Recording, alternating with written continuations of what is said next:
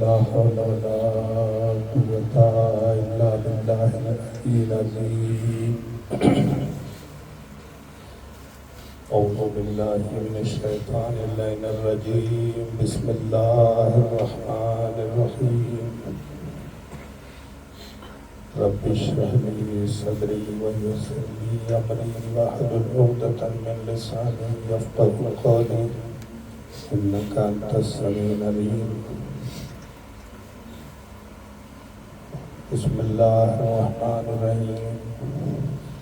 الصلاة والسلام على أشرف الأنبياء والمرسلين وخاتم النبيين وسيد المرسلين شفيع المذنبين رحمة للعالمين طه وياسين محبوب رب المشرقين ورب المغربين وجد الحسن والحسين المكي المدني القرشي الهاشمي مولانا محمد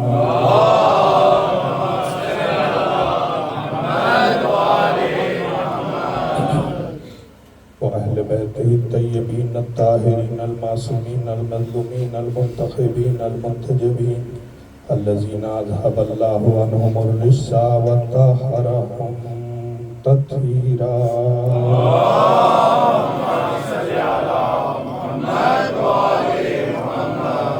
أما بعد فقد قال رسول الله صلى الله عليه وآله وسلم بسم الله الرحمن الرحيم.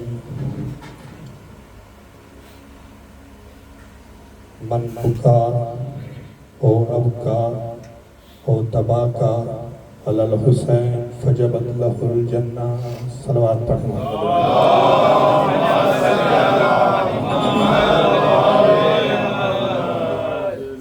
ارشاد رسول اکرم ہو رہا ہے کہ جو حسین پر روئے یا رلائے یا رونے جیسی شکل بنائے اس پر جنت واجب ہے.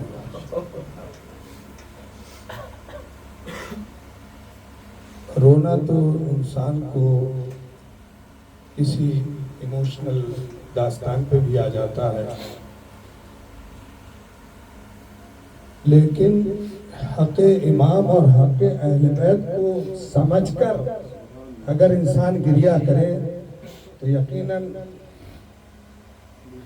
جنت اس کی مشتاق ہے.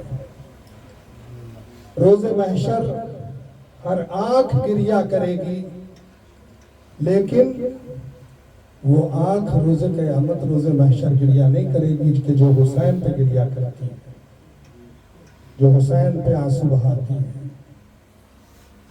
بڑی فضیلت ہے اس رونے کی، اس گریہ کی، اس ماتم کی. امام حسین نے قربانیاں ہی اتنی عظیم دی ہیں. جب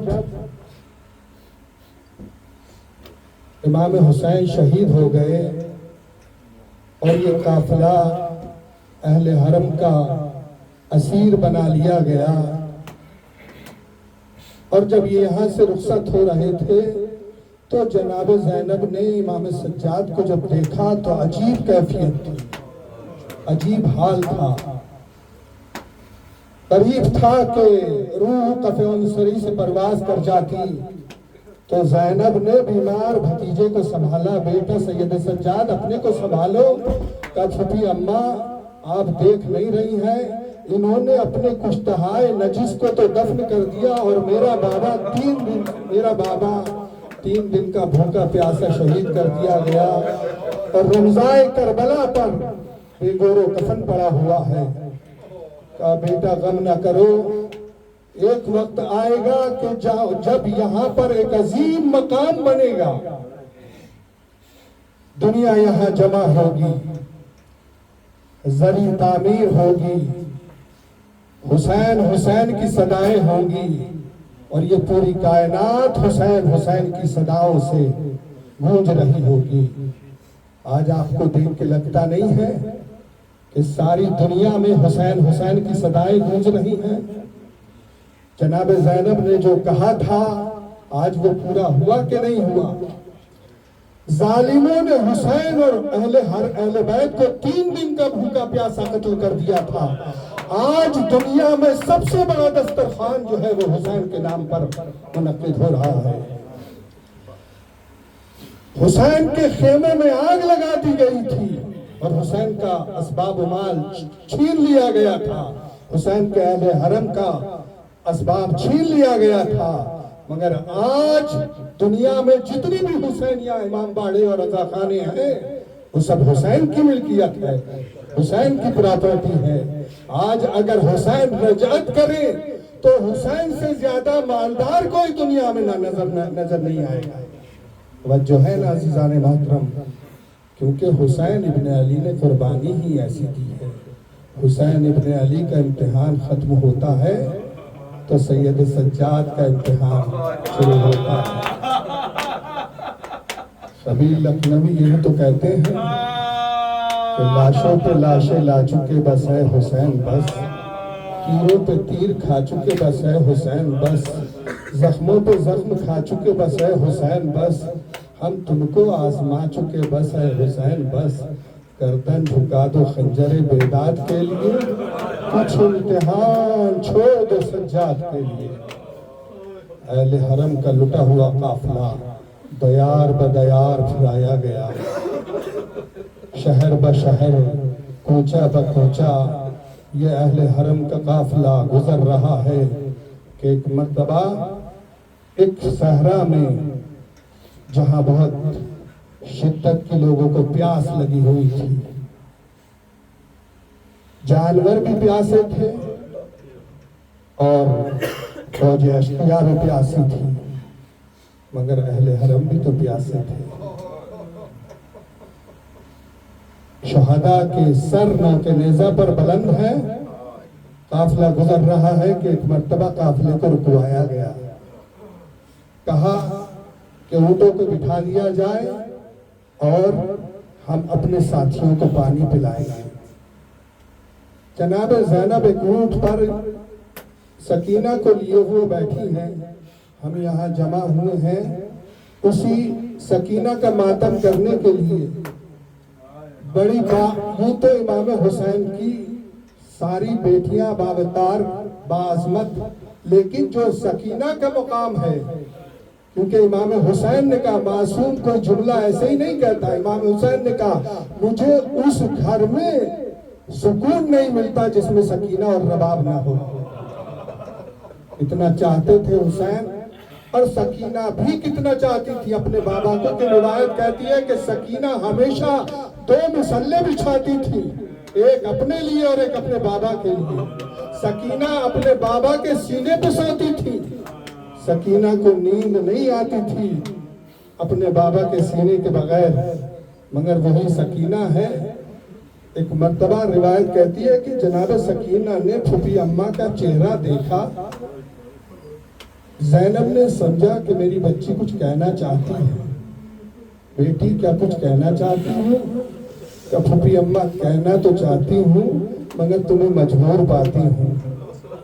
اللہ رض جناب زینب کی غربت۔ کہا بیٹی اب تو اگر مجھ سے نہ کہے گی تو کس سے کہے گی؟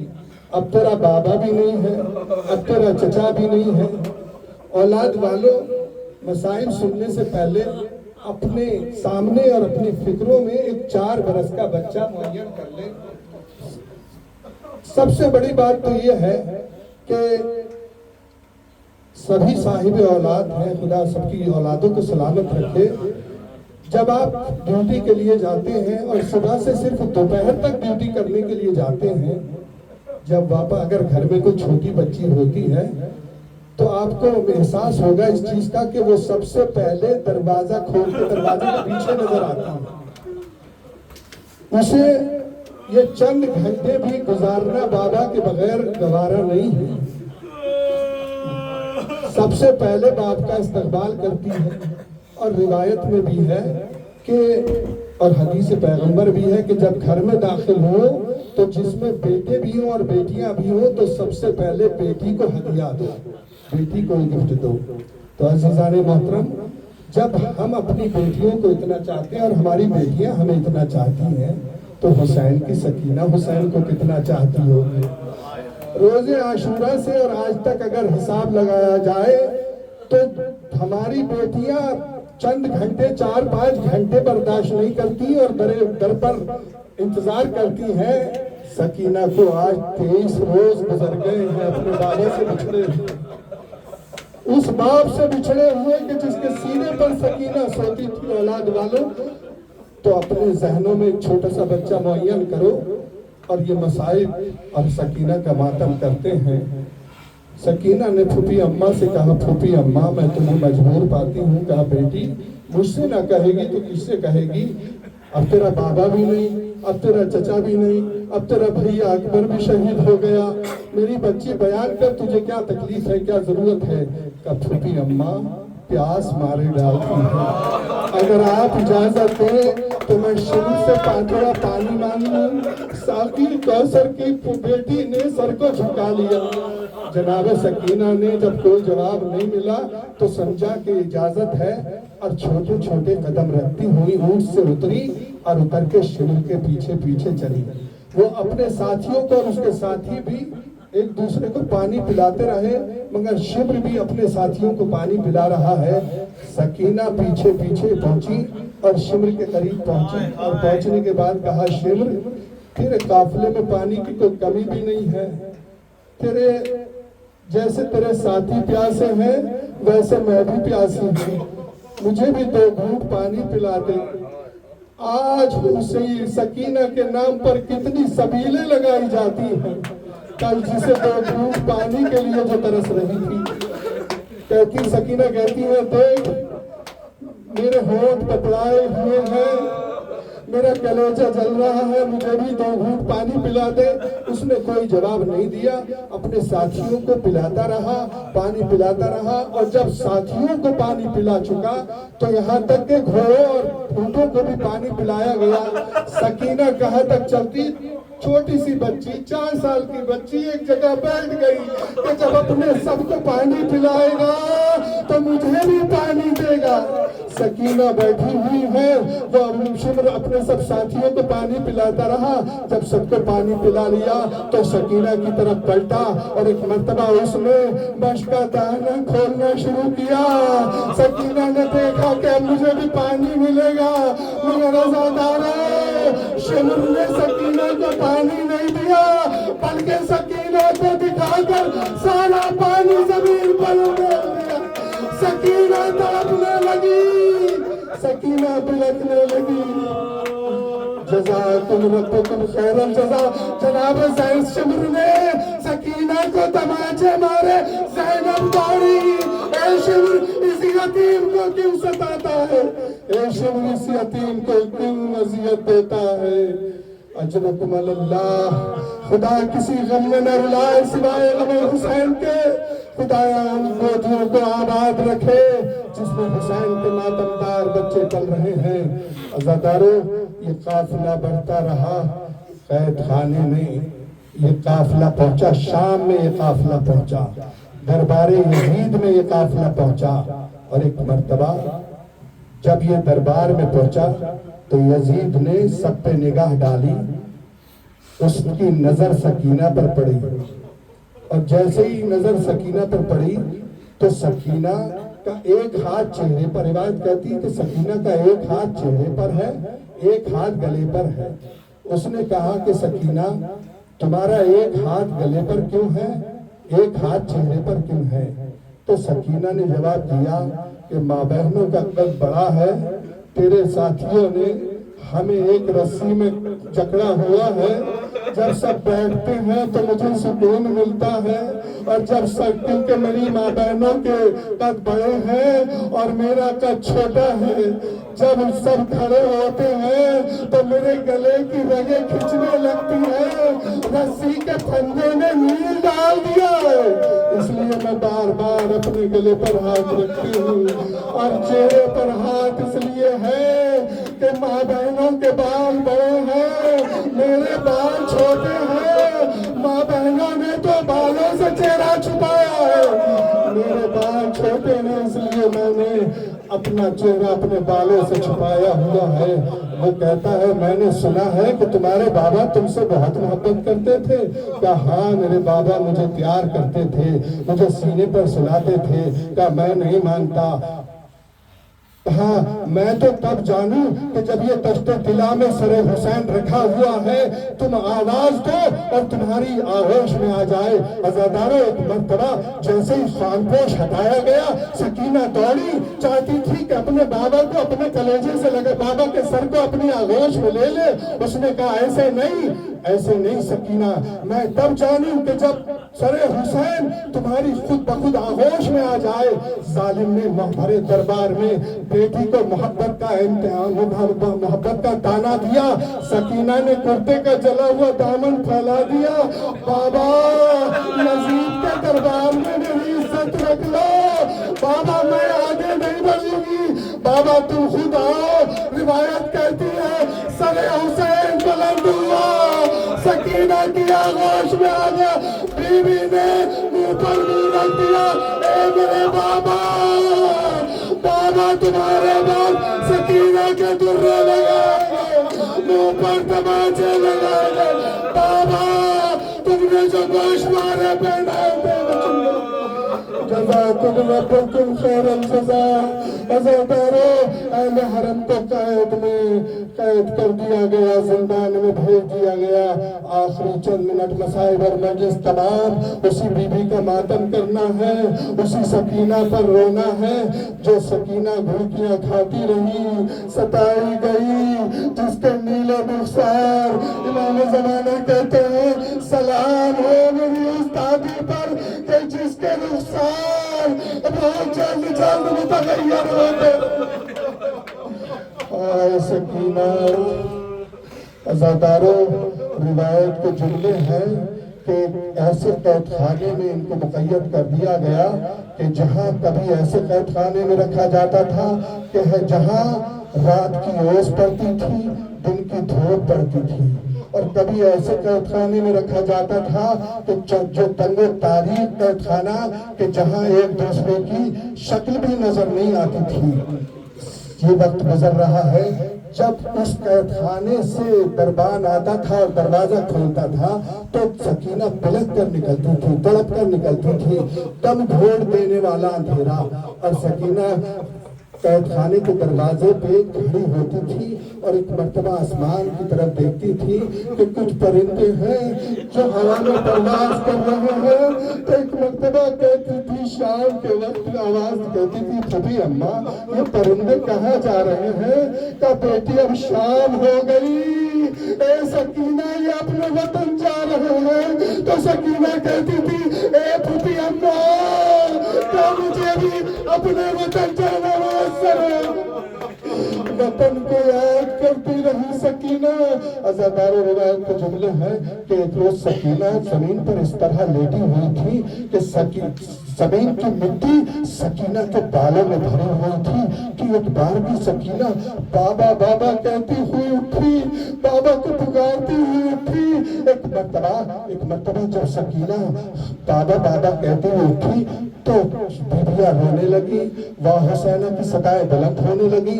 جب رونے کا شور و ہل بہت زیادہ ہوا اور یزید کے محل تک پہنچا تو اس نے کہا آیا یہ کیسا ماتم ہے, یہ کیسا شور ہے, یہ کیسا گریہ ہے؟ کہا سکینہ نے خواب میں اپنے بابا کو دیکھا ہے, اپنے بابا کا ماتم کر رہی ہے. کہا میری نیند میں خلل پڑتا ہے, غلاموں سے کہو کہ حسین کا سر تشت طلا میں رکھ کر بچی کے لیے لے جائے.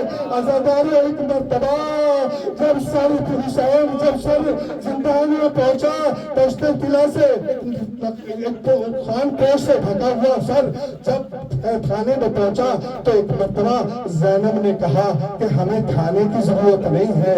کہا یہ کھانا نہیں ہے. ایک مرتبہ جیسے ہی خان پوش ہٹا سکینہ نے بابا کا سر کٹا ہوا سر دیکھا تو دوڑ کر کہا بابا, اپنی آغوش میں لیا اور کہا بابا ابھی تو تم مجھے اپنے سینے پر سلائے تھے, ارے میرے اچھے بابا تمہیں کس نے قتل کر دیا؟ اے بابا یہ تمہاری ریش کس نے خون سے رنگین کر دی؟ اے میرے بابا تمہیں کس نے مار ڈالا اولاد والوں کیا بچے اس لیے ہوتے ہیں کہ وہ اپنے بابا کا کٹا ہوا سر دے کے سکینہ نے آغوش میں لیا منہ پر منہ رکھ دیا بہت دیر تک سکینہ ماتم کرتی رہی فریاد کرتی رہی بابا ہم مٹ کے آئے ہیں بابا گوشت مارے چھنے بابا تماچے کھائے ہیں بابا ہم پر مصیبتیں ٹوٹ پڑی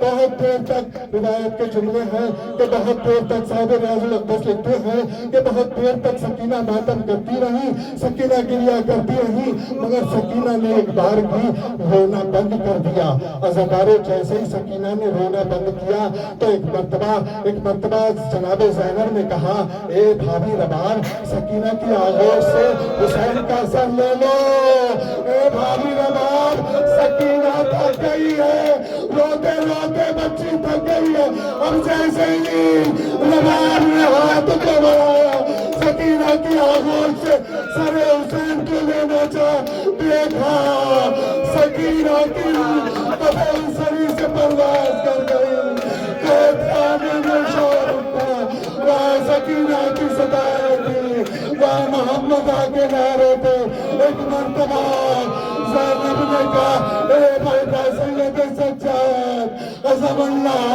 اجرکم اے میرے اللہ سید سجاد اللہ میں تمہیں پرسہ دیتی ہوں کیا ہوا کہا بیٹا سکینہ میں چھوڑ کر چلے گئی بیٹا سکینہ مر گئی ام رباب کی جب قید خانے سے آئی تو ایک مرتبہ سکینہ اس کی قبر پر آئی آنے کے بعد کہا چلو بیٹی قافلہ وطن جا رہا ہے ایک مرتبہ زینب نے کہا اے بھابی رباب چلیے قافلہ وطن جا رہا ہے تو ام رباب نے کہا ارے میں کیسے وطن جاؤں چل کے مدینے سے چلی تھی دو امانتیں لے کے چلی تھی ایک میرا آسمان ایک میری سکینہ اصغر کو کربلا میں کھو کے آئی سکینہ کو کوب زندان میں کھو کے چلی واہ محمد